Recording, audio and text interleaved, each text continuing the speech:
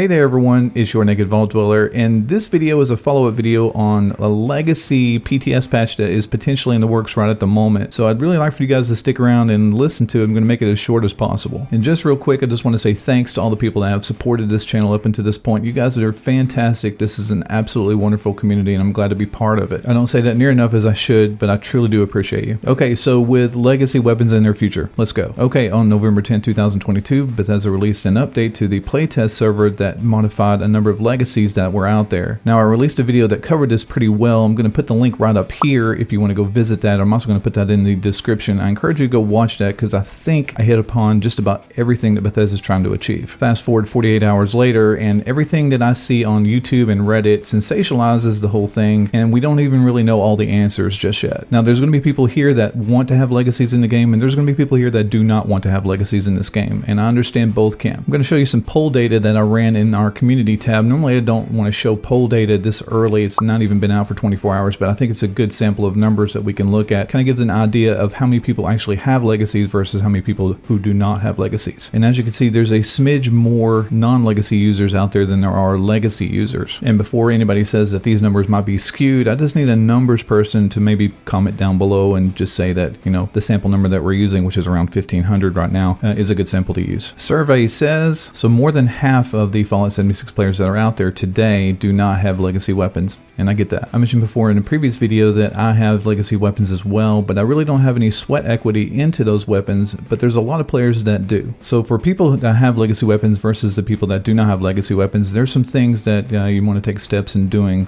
right now, because here's your opportunity. First and foremost, I'm just going to remind everybody who's sweating this out, legacy weapons are affected by this change that is on the PTS right at the moment, but it doesn't necessarily mean that they're aiming to affect the legacy weapons.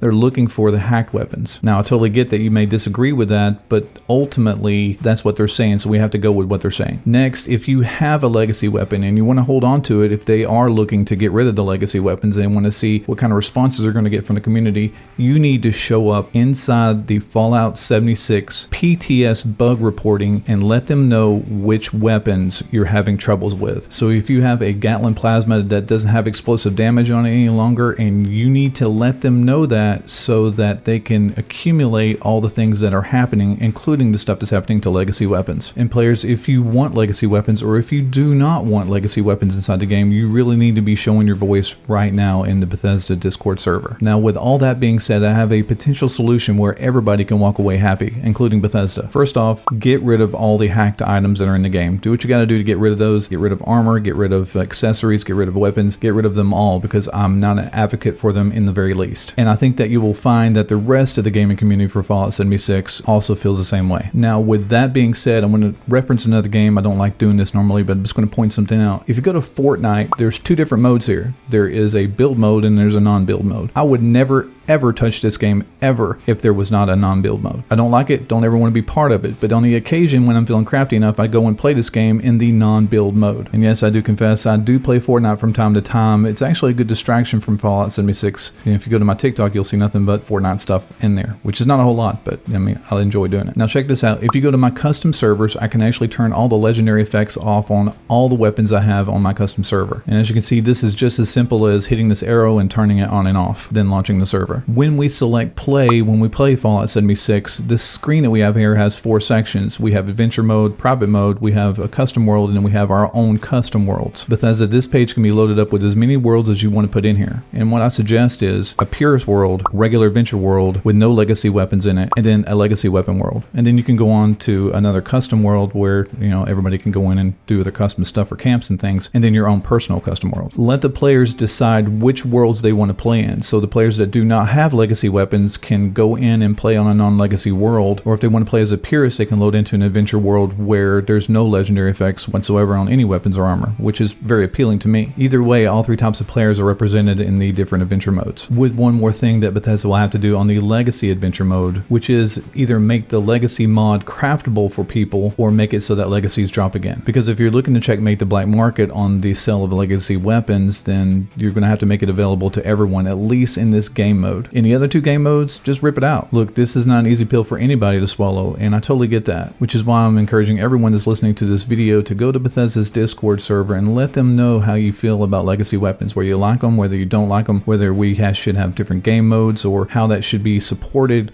moving forward if it's the decision that they're going to take legacy weapons out of the game. And if there are advocates for hacked weapons in the game, you really don't have a dog in the fight. So I'll just look for my thumbs down on my video and you guys can move on to the next one. So I'm going to close out the video with these two suggestions. And first off, let me apologize for going over 4 minutes. That's actually my target time frame on this particular video, and I've gone into 6.5. Players, when you're communicating with Bethesda, just bear in mind that they are just doing their jobs. They're regular people that have feelings and have families just like we all do. So be passionate, but don't berate them. Most of them have zero power on what they can actually do inside the game or influence. All they really can do is collect data and send it up to the people that make decisions. Try to be as logical as possible, leaving your feelings out when you're putting in a description of what's going on down in their Discord server if you're wanting legacies or not wanting legacies. If you get past 1 or 2 sentences, chances are they're probably not going to read through it. And I know I don't. It's nothing personal. It's just that, there's a lot of stuff to read. So bear that in mind when you're posting on their channel. And Bethesda, I know you already know this, but don't discount these players that are coming to you and talking to you about their expectations of the game. I know you don't necessarily do that. You won't certainly write that down anywhere, but it's important that the community is heard, regardless of how superficial it may sound. I have super high hopes that this particular issue, if there's even an issue at all, can be resolved without making 1/2 of the population of Fallout 76 upset. I know that's what you're going for. I know that's what I'm going for. So let's try to meet somewhere in the middle. And guys, that's all I've got for this video. If you like my idea about having multiple worlds for the multiple play types, then make sure you comment down below. Give the video a thumbs up. It really does help us understand what all might be going on, or even if if it's a dumb idea or not. I mean, I definitely want to hear that down in the comments. So you guys take care. I love you all tremendously. Hope to see you soon.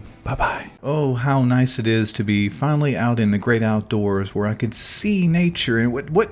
Wait a tick. What is that? This looks to be like some kind of pre-war microwave or something. What does this button do? Uh-oh.